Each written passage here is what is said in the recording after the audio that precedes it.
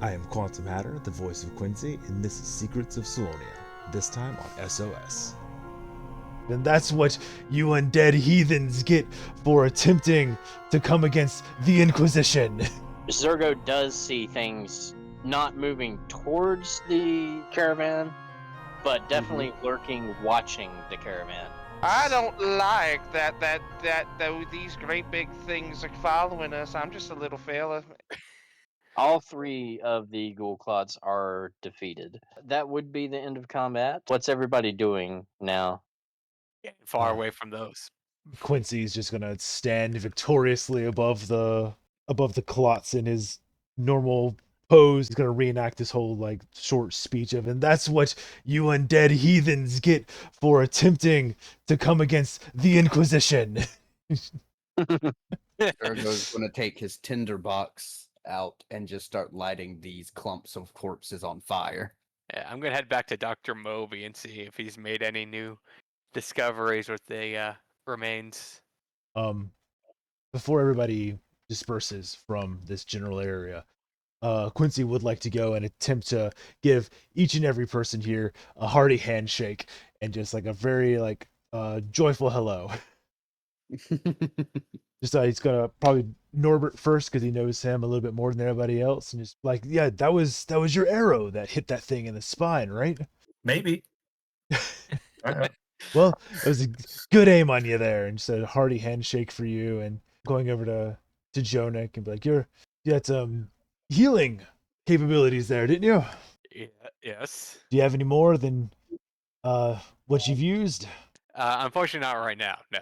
Too bad. My friend with the shield and the shiny head over there, he took a pretty heavy hit. Do you know anybody around here that might be able to help him out? And then just Zergo's, I guess he's like leaning over a corpse trying to light it on fire. Zergo He coughs can a head little. to Dr. Moby. I know he has more throws healing up on it. capabilities on him. And there's another guy here, right? And he's just kind of looking around for more men. I'm gonna try to skittle away. Just Okay. like while everyone's like revering in the victory, Norman's gonna try to skittle away and try to find somewhere to hide. Yeah, I'm actively looking Let's for see. him. Roll stealth. God damn it! Mm-hmm. It's not the important. The point isn't that he doesn't. He wants to be away. Let's see. What am I doing? Stealth. Yes, and roll for Quincy's perception. D20 plus 4. Come on, parser. Oh, god damn it. What'd you get? Yes. I think does Hell even yeah. his passive perception get that, or So that's a 10. six. So Yeah, my passive perception yeah? is So 11. like Quincy's What I passive rolled, perception alone sees 14. My God, the corpses saw where you hid. true. Just, I guess Norman's trying to like huddle away He's- under like some fallen log or something, and Quincy just like ominously peers over the top of him. Hello, little friend. tries to duck behind that ledge part there, but his red cap is poking up. It's like that scene from Atlantis when it's just like the little dirt man's like burrowing into a pot. Hey, little friend, you helped on that battle too, didn't you? No, I've never seen nothing before in my life. I don't know who you are, and you can't prove it in court. Go away now, please. Oh, well, hello then. My name is Quincy. I know we probably haven't met before, but it is nice to meet a fellow adventurer, especially one as sharply dressed as yourself. He goes out to shake your hand. Norman, being the deranged lunatic that he is just probably going to cock his head to the side and look at your hand and then just kind of look back up at you. And then with 2 gnomish fingers, grab your pointer finger and shake it. It's like, oh, well, what's your name? Because I've definitely never seen you around here before. Me? No, I'm nobody. You don't worry about me. No. Well, my name's Quincy, and I'm just here, just trying to make sure that as many people make it back as safely as possible. And you seem like somebody who's very well equipped to make such a process go even smoother. I really do think that we would all appreciate it greatly if someone with such a keen mind and fantastic skills as yours became a more well-known part of the group. As you're talking, you can see Norman's eyes slowly drift apart. Yes, I don't know if I don't know if Norman would understand, but Quincy is absolutely trying to just like the art of the sell him. They pay him as many compliments as possible until he does what I want him to. Yeah, Norma's just gonna kind of like look at his still hitched little trailer full of what could or could not be illegal contraband. The wheelbarrow. Yeah, his little wheelbarrow of what may or may not be contraband, and then looks back at you, and then back to the wheelbarrow, then back to you, and then back to the Force Ballista, and then back to you. Like, oh well, but He's is just if that wagon over there is yours, I can probably see what I can do about getting that being honor. No. You know Getting it what? to No, be an no, it's official fine. You part just of leave the it there. wagon, so you don't have to hide it away anywhere where it might get damaged. I'll see what I can do to talk up some of the Oh no, other it's people here, so that you don't have to I worry hitched about it losing myself. It's anything. fine. You Or just leave it alone. Leave it alone. Don't look under the blanket. No. oh no, I would never think of invading someone's privacy like that. You don't have to worry about that one bit. No questions here. And I was just like I said, I just want to see if I can get it put into a safer location so that you don't lose anything and so nothing gets damaged. You wouldn't want any stray sparks to hit it, would you? It's okay. Maybe. Think about it. Think about it. Think about it all Just a going up in devious flames. smile. Just a devious smile crossing him because of his inner pyro. Just maybe. Yeah, so Norman's just gonna kind of fantasize about blowing up everything and then just kind of drift off. Just give him a pat on his hat and walk away. I want to see if there's anywhere where I can get up a little bit higher and just take a quick survey around to see if there's anything else coming. Yep, you have no problem doing that. Now, there is your mountainside. You have your tree line. I'm assuming you're taking the mountain. Yeah, whatever's up highest. Okay.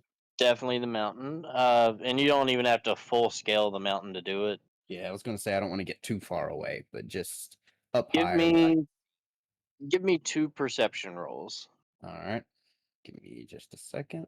I actually, I do have a question real quick. In regards to the zombie clots, the giant thing, how? I guess in the world set, this is more of a question for Nate. How in the setting of the world? How do I put this?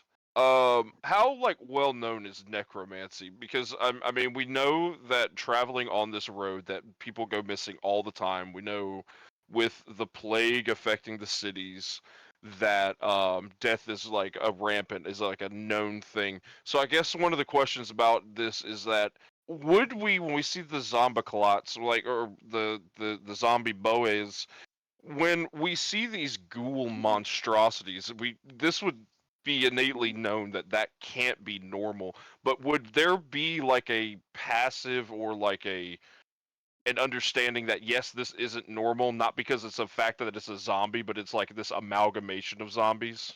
It's like Uh, let traveler me on the think. road passes the ghoul, that happens. Not natural, but it's not uncommon. Giant flesh golem. Now that's weird. You know what Are I mean? you Like, are Give you me kind of a asking if, history like roll and a nature roll. all are right. you like kind of asking if like you think maybe a necromancer might be behind it or something? Like Yeah, someone influenced this? yeah. I'm trying to figure out I'm imagining that Norman, like, after he kind of knocks out of thinking about blowing the hell out of everything, he would probably look at he probably, because he's a tinkerer himself, he would probably look at these things and be like, no, that doesn't seem right.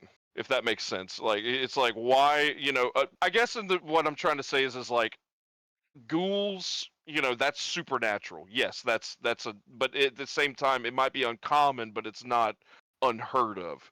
But a flesh golem, would there be any kind of insinuation of like that's not normal, why is it chasing after us, just to kind of get the line of questioning going. So that Yeah, would for be, that, you said, history and nature. yes. We got a ghoul, nat 20, baby. And then we got let's see what nature would be. All right, so we got a 20 and a 23 on the investigation into the big bays. It's common knowledge that both the moorlands and the like the highways in between East Vale and the four trades. Those areas are just often like ghoul attacks, or if you go through it, you're going to have at least one. Um, that said, yes, catching on to the number of ghouls that attacked, especially the ghoul clots like that, just coming out of nowhere towards y'all from the east side. It wouldn't say like it wouldn't be that like there's a necromancer drawing them out or anything or summoning them, but perhaps they are drawn to something inside the caravan. Woo! Oh. Norman's gonna start skittling away in a very excited huff, Are you knowing going that to share that information with your party? I'm hoping I'm hoping 'Cause- that so all right, let me rephrase that. What Norman is about gonna shout Eureka! And then just book it to the carts. So everybody definitely. Hoping that people hear his like insane shout and follow behind. Oh, totally. Uh, Absolutely. Following the crazy yeah, gnome. I'll go Before too. we get too far with that, I had climbed halfway up the mountain or whatever to look and see if Mhm. anything else was coming. You asked me to True, make thank you. perception rolls, and I got a 12 and a 13. Yeah. Oh, East, nothing's coming. West, however, you've got your caravan. They're kind of nowhere else to go. They're just at a tree line and circled around each other. They got a fire in the center going. As you see the party heading towards the caravans, the rest of them. Moby's moving stuff in that one wagon, still doing this and that. And then Zergo does see things not moving towards the caravan, but definitely lurking, watching the caravan. Is that in the You know, direction that we're humanoid. going, or the direction we came from? You guys were in the east side heading west, and so it's the direction you're going in, even though everything's parked right now. Okay. And these guys are like south on that side. All not all around. There's like a handful watching in the dark. It's just shadows. Can't really make out what shape they are, humanoid or Definitely animalistic or anything. medium humanoids. They look like crouched or sitting and watching. I'm just gonna keep that in mind and then go back to the caravan. So with that, we've got Norman running towards the caravan and the wagons. Where are you heading, Norman? I'm booking it back to that place with the body. I'm Okay. sprinting to the wagon with the body. All right. So as you do that, you see Moby is still in the back as he's like Passing examining the me up with body. passing me as he has longer legs.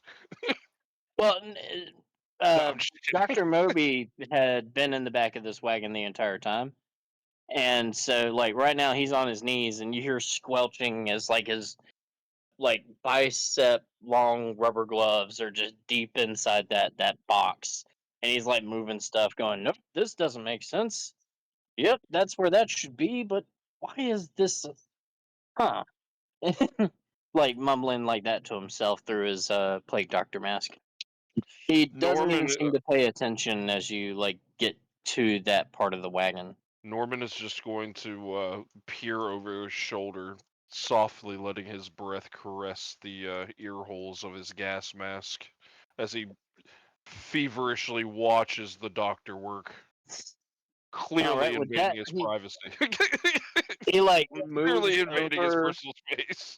He like moves aside a little bit and turns, and he's like, "Oh, you?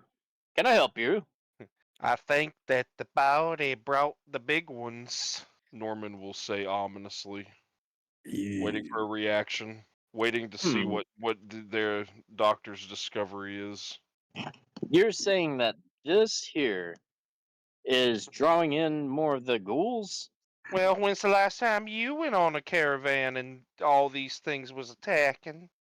I've So he never like seen them attack this much. takes a vial of the fluid, takes a sample of the blood from the body, and puts it between glass slides. And he's like, "Well, let me head towards my carriage and see if I can confirm that using science, delicious medical post mortem science." And he steps off the wagon as everybody else is arriving, and he's got his medical bag, and he starts walking towards the carriage. What about Norman's going to, before everyone catches up, Norman's just going to take a look and see what Moby's been, digging around in the viscera and the grossness of whatever was in that box. He's just going to see if there was anything to see. See what he was digging up, see if he had pulled anything out, see if when I was trying to hide in there, if maybe I overlooked something, other than the body. Well, there's nothing else in there. There's just the girl's body. She does look like she got. I mean, like her dress has been opened surgically, and like her ends, like where he went and investigated internally, he's already had sewed back up. The fluid looks the same color as before, that eerie green color, and the body is not moving.